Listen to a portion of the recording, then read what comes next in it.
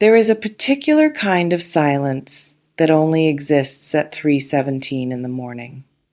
Not the silence of an empty house, but the silence of a house that is holding its breath. Outside, the rain has stopped, but the street lamps still wear halos of mist, and somewhere in the distance a car passes with the sound of tires kissing wet asphalt, a long, lonely whisper that fades before it resolves into anything meaningful.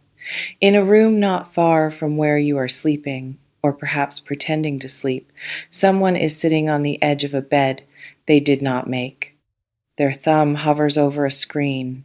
The glow of the phone paints their face in a color that makes them look younger than they are, and more lost than they would ever admit in daylight.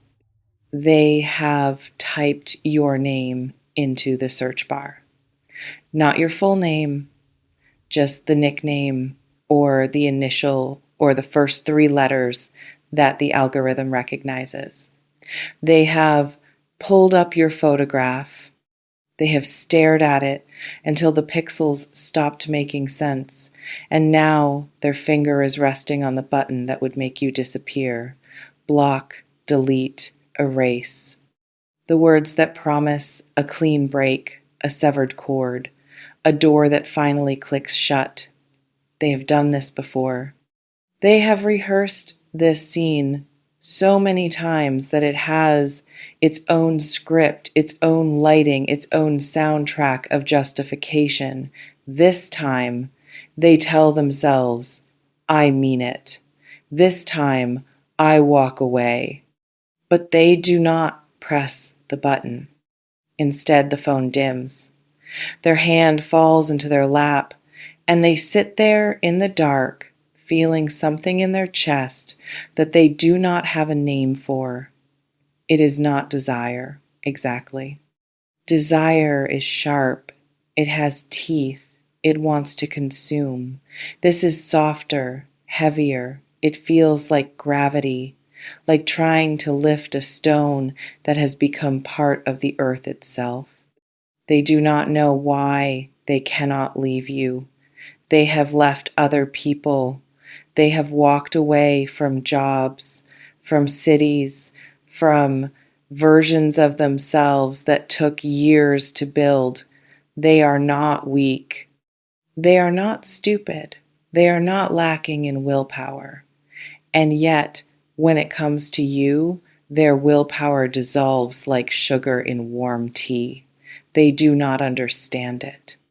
And because they do not understand it, they are terrified. And you, Virgo, you probably do not understand it either.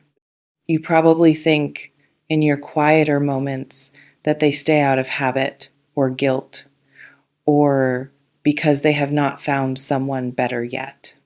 You might have convinced yourself that you are a convenience, a placeholder, a comfortable pair of slippers that they will eventually outgrow. You might have looked at their silence and interpreted it as indifference, their distance as disinterest, their repeated returns as mere boredom. You are wrong, not because you are foolish, but because you are looking at the wrong evidence. You are measuring their attachment by the volume of their words, the frequency of their texts, the declarations they cannot seem to make. But their inability to walk away from you is not written in what they say. It is written in what they cannot do. They cannot forget the way your bathroom smells in the morning. They cannot forget the sound of you folding laundry while they talk about a fear they have never told anyone else. They cannot forget the way you looked at them that one time, not with admiration, not with desire, but with recognition. The way you saw the thing they were trying to hide, and instead of flinching, you simply made room for it. You moved over on the couch, you poured another cup, you kept the light on. And in that moment, without either of you naming it, you became something they had never had before. You became home. That is the main reason, Virgo. That is the engine behind every return, every late night text, every attempt to leave that collapses before it reaches the door. You are not just a person to them. You are a geography. You are a climate. You are the only environment they have ever entered where the air does not hurt their lungs. Let me explain this slowly because it deserves to be understood in its full architecture, not in a rush. Think about the way most people love. Most people love like weather. They arrive in storms of attention. They make grand pronouncements. They fill rooms with flowers and music and the urgency of their own need to be chosen. It is beautiful in its way. It is also temporary because storms pass, flowers wilt. And when the performance ends, what remains is the ordinary Tuesday, the grocery list, the moment of vulnerability that arrives without invitation. Most lovers do not know what to do with the ordinary Tuesday. They panic, they look for the next storm, they mistake drama for depth, and when they leave because the weather changed, not because the soil was bad. But you, Virgo, you do not love like weather. You love like soil.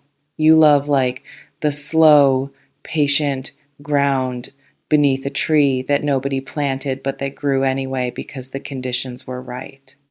You do not announce yourself. You do not need to. Your presence is a fact. It is solid. It is warm without being hot. It is steady without being rigid. And because of this, the people who find their way to you experience something that disorients them completely. They experience safety that does not bore them. This is rarer than you know. Most people have learned to equate safety with stagnation. They have been raised in homes where peace was just the absence of yelling, where calm was just the eye of the hurricane, where love was reliable only in its unreliability. So when they meet you, when they discover that they can tell you the truth without being punished for it, that they can be inconsistent without being abandoned, that they can show you their mess and you will not add to it, but will instead quietly begin to sort through it with them. They do not know what to do with that information. It does not compute. Their nervous system, trained for years to expect the other shoe to drop, keeps waiting for the punishment that never comes. And because the punishment never comes, they stay. Not because they are trapped, but because for the first time in their lives, they are not bracing for impact. They have tried to leave you, Virgo. Do not doubt that. They have packed their emotional bags. They have written the speeches in the shower. They have stood in front of mirrors practicing the tone of voice that says, I need space and this isn't working, and I think we should. They have gone to coffee shops with friends and explained with great conviction why this time is different. They have deleted your number. They have downloaded dating apps to prove to themselves that there are other fish, other fields, other skies. And for a little while, it works. They feel free. They feel light. They tell themselves that the weight they felt around you was your fault, your expectations, your quiet standards that they could not meet.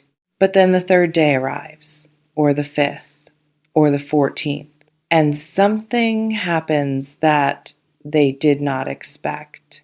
The world, which always seemed like an adventure before, suddenly feels sharp. The strangers they meet are too loud, or too hollow, or too eager, in ways that make them feel lonelier than solitude ever did. The bed is too big.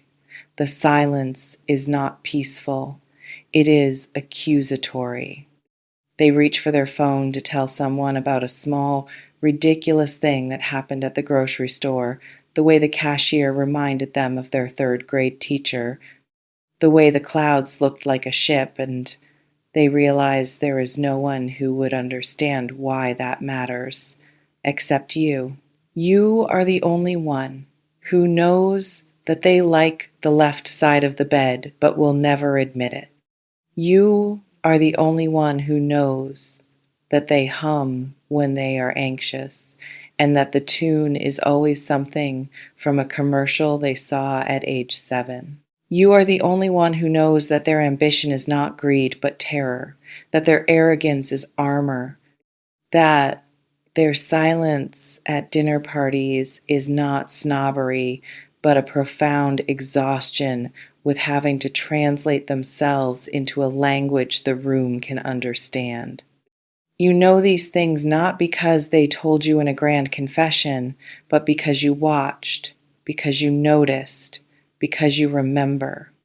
And that memory of yours, Virgo, that terrifying, beautiful, relentless memory, it is not just a trait. It is a form of love that most people have never received. So when they try to walk away, they are not just walking away from a relationship. They are walking away from being known. And being known is the most addictive substance on earth. But here is the complexity, the part that twists in the dark and keeps them awake. They cannot tell you this. They cannot say, I stay because you are the only room where my soul fits. They cannot say it because saying it would require them to admit how small their soul felt before you. It would require them to confess that without you, they are not just lonely, they are homeless. And if there is one thing that terrifies the human heart more than rejection, it is the admission of need. We are not raised to need people cleanly. We are raised to need people desperately, and then to punish ourselves for the desperation. We are taught that independence is the highest virtue, that wanting someone is weakness, that the ideal love is two complete circles that happen to overlap. But you, Virgo, you have never demanded that pretense. You have never asked anyone to be complete before they enter your space. You have a way of looking at incompleteness not as a flaw to be fixed, but as a form to be held. And that holding is what they cannot replicate anywhere else. They have tried to find you in other people. They have gone on dates where the conversation was easy. They have met bodies that excited them. They have encountered minds that stimulated them. But none of those people had your specific frequency. None of them created the particular silence that lives in the space between your sentences. None of them made them feel, simply by existing in the same room, that the world was being managed well enough for them to finally rest. That is the drug, Virgo. That is the chain they cannot break, not because it is locked, but because they do not want to. You have become their resting pulse, their default setting. The place their mind goes when it is not performing, not defending, not trying to win. You are the only person who has ever made them feel that they do not have to earn the right to be loved today, that they can be unproductive, unshowered, unimpressive, and still be chosen. And once a person has tasted that freedom, every other form of affection feels like a job interview. So they leave and they come back. They leave and they come back, not because they are playing you, not because they are cruel, but because they are trying to solve an impossible equation. They want to keep the feeling of you without the vulnerability of needing you. They want the sanctuary without the admission price of humility. They want to be known, but they are terrified of what it costs to be seen. And every time they return, a little more of their armor falls away. Every time they stand at your door with their pride in their hands like a broken umbrella, they are learning something that their parents could not teach them, that their friends do not model for them, that the culture actively denies. It is okay to need. It is okay to stay. It is okay to let someone be your home. But Virgo, I need you to hear something else, something that lives in the shadow of this truth like a candle behind a curtain. Their inability to leave is not your responsibility to maintain. You are allowed to be someone's home without becoming their hostage. You are allowed to offer sanctuary without signing a contract that says you will never change the locks. The fact that they need you does not obligate you to need them back in the same way, or to the same degree, or on the same timeline. You have a right to your own thresholds. You have a right to say, I see that you are struggling to leave, but I am struggling to let you keep coming and going without a commitment to the door. You are not a rehabilitation center. You are not a waiting room. You are a person with your own architecture of need, your own history of attachment, your own quiet hope that someone will choose you not because they cannot survive without you, but because they cannot imagine a life that does not include you. There is a difference. It is subtle, but it is everything. One is addiction, the other is devotion. One is fear of emptiness, the other is recognition of fullness. And you, with your precision, with your unwillingness to lie to yourself, even when the lie would be so much softer, you know the difference. You have always known. You have felt it in the way they touch you, in the way they look at you when they think you are not watching, in the way their breathing changes when you enter a room. You have known, perhaps before they knew themselves, that their struggle to walk away was never about you being too much. It was about you being exactly enough, exactly the right temperature, exactly the right texture, exactly the right frequency to make their nervous system believe finally that the war is over. But wars do not end cleanly. There are always skirmishes, always moments when the soldier, accustomed to battle, mistakes peace for death and starts firing at ghosts. That is what their departures are. That is what their silence is. That is what their cruel words are on the nights when they try to burn the bridge because they are terrified of how much they need to cross it. Do not take the ashes personally. Do not collect them as evidence of your unworthiness.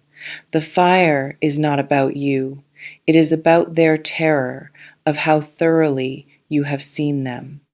And seeing, real seeing, is the most intimate act two humans can perform.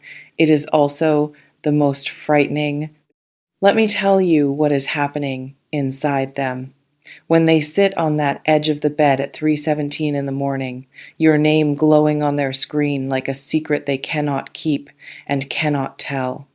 They are remembering the Tuesday when they came home from a job that was slowly killing them, and you did not ask how it went. You simply took their bag, set it by the door, and handed them a bowl of something warm. You did not demand a report. You did not offer solutions. You just made space for the exhaustion to exist without apology. And in that space, something in them unclenched. A fist they had been holding since childhood opened. They almost cried. They did not, because they were not ready.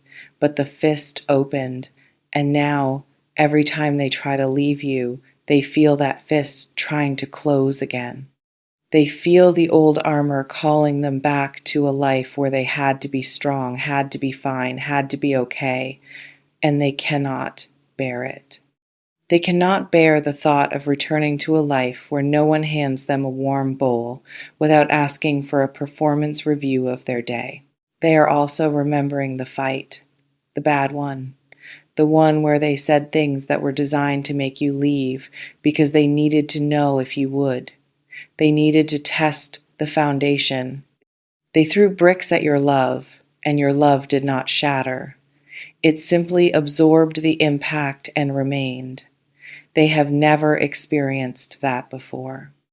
They have only known love that leaves when it is hit, love that withdraws when it is tested, love that says, I will stay as long as you are easy. Your love was not easy, it was steady. And steady is harder to leave than easy ever was. And then there is the physical memory. The body keeps score of safety in ways the mind cannot override. Their skin remembers your sheets. Their lungs remember the smell of your neck. Their hands remember the weight of your shoulder under their palm, the particular density of your presence, the way you fit against them, not like a puzzle piece, but like a shoreline. The body does not lie. The body knows where it belongs. And their body, which has been dragged through so many experiences of being used, being performed for, being tolerated, it knows that with you, it is not a prop. It is a resident. It is a citizen. It is home. So they stay in their fashion, in their broken, stumbling, imperfect fashion. They stay. They leave and they return. They push and they pull. They say goodbye and they find themselves driving past your street at midnight with no excuse, no plan, no explanation that would hold up in court. They are not trying to hurt you. They are trying to survive the intensity of their own attachment, because attachment for them has always been a prelude to loss. And if they can just keep you at arm's length, if they can just maintain the illusion that they could leave whenever they want, then maybe they will not feel the full weight of how much it would destroy them to actually do it. But Virgo, here is what I need you to hold in the palm of your hand like a stone you have found on a beach and decided to keep. You do not have to wait forever for them to say this. You do not have to become so accustomed to their hesitation that you mistake it for the best you deserve. Their struggle to leave is a testament to your worth, yes. But your worth does not require their paralysis to be real. You were worthy before they met you. You will be worthy after they finally make their choice, whatever it is. And if their choice is to keep orbiting you without landing, you are allowed to close the airspace. You are allowed to say, I love you enough to let you go, and I love myself enough to stop waiting for you to realize what you have. That is not cruelty. That is the highest form of the same love you have been giving them all along. It is the love that says, I see you. I know you cannot walk away, but I need you to choose to stay. Not because you are afraid to leave, but because you are grateful to remain. And if they cannot make that choice yet, if they are still sitting in the dark at 3:17 with their thumb hovering over a button they will never press, then let them sit. Let them wrestle. Let them come to the knowledge in their own time. Your job is not to make the choice for them. Your job is to keep being the kind of person who makes the choice obvious. Keep being the soil. Keep being the silence that does not demand to be filled. Keep being the home that does not beg its residents to stay, but simply keeps the light on and the door unlocked for as long as it serves your own peace to do so. Because the truth, the one they feel in their marrow, even when their mouth cannot form the words, is that they have never met anyone like you. Not because you are perfect, not because you are without flaw, but because you are without pretense. Because you have looked at their chaos and did not call it chaos. You called it weather. You called it Tuesday. You called it human.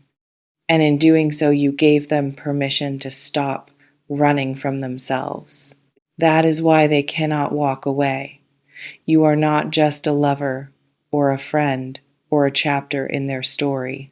You are the first person who ever made them feel that the story they were ashamed of was worth reading out loud.